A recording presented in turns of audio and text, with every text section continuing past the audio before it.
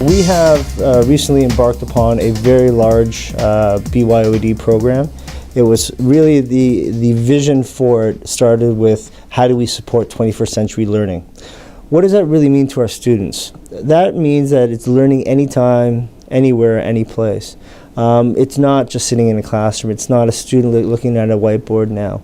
In the past, growing up, I'm not sure of your age, but for me, my body of knowledge was the Encyclopedia Britannica that I had at home and access to my local library.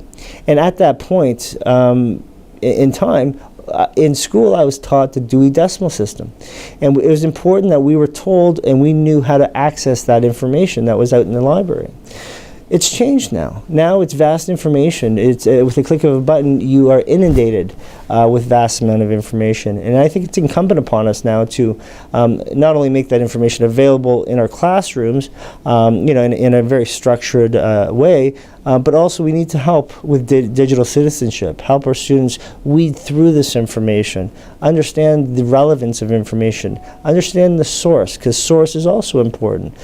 When our children leave our classroom, they're immersed in social media. And I think 21st century learning is bringing that into the classroom because that's the world they're living in. And we need to train them for that world. And case in point, when you look at different devices have different needs. You can do certain things on more powerful devices that you can't do on perhaps inexpensive devices. So I think device choice is really important.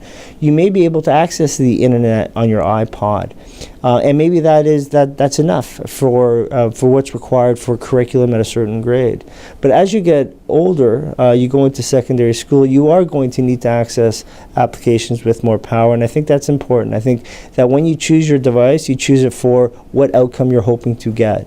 And I think time needs to be spent on that. Devices are lasting longer, so we're seeing 5 years out of a device, maybe even 6. So we're seeing that a lot of the applications are moving onto the internet with HTML5. We're going to see longevity that we haven't seen before when it comes to hardware, and I think that needs to be taken into consideration. So if you're a parent and your child's entering grade 9, you really need to look at the device that they're going to be leaving high school with, because that device should follow them all the way through. So one of the important things that we're getting with 21st century learning is collaboration. And collaboration between students, obviously, but also collaboration between schools and even schools in different countries. We're seeing global collaboration. So this BYOD is simply a support mechanism for 21st century learning.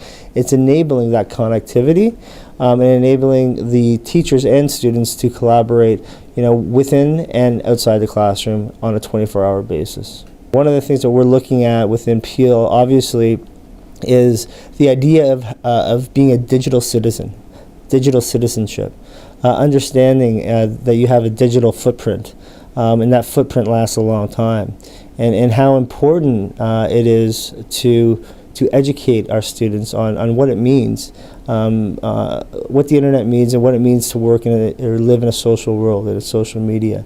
Cyberbullying is very important to Peel. It's important to everyone, all parents and students included. And it's something that we're teaching. So within Peel, digital citizenship is an area of concern, and it's an area of training and instruction as well. We have to teach our students to be good digital citizens and understand really what that means. Because the footprint they leave normally lasts a long time. Because technology is changing on a daily basis, that communication between teacher and student has changed as well. Oftentimes, a student may bring an application into a classroom or bring it to a teacher's attention. So yes, I think both teachers and students are learning together, and that's sort of what this is about as well. We're entering into a new world that's changing and evolving very, very rapidly. It has to be supported. The pedagogy has to be forefront. Technology is only there to support it. It all comes down to instruction and the right pedagogy to support it. What we're actually seeing is, because lesson plans are now becoming digital. So in the past, lesson plans were very personal. Lesson plans were built by teachers for their own use. What we're seeing now, just because of technology, we're seeing collaboration. So we're seeing lesson plans being shared between teachers. We're seeing full, like MIT, every single one of MIT courses is now online for free Obviously, you can't get a degree, but it's all available should you wish to educate yourself. And we're seeing that over and over and over again, the sharing of digital resources, sharing of lesson plans. But again, it's all about pedagogy. It's not about the technology. It's about, instruction, and how technology can better lead instruction and curriculum.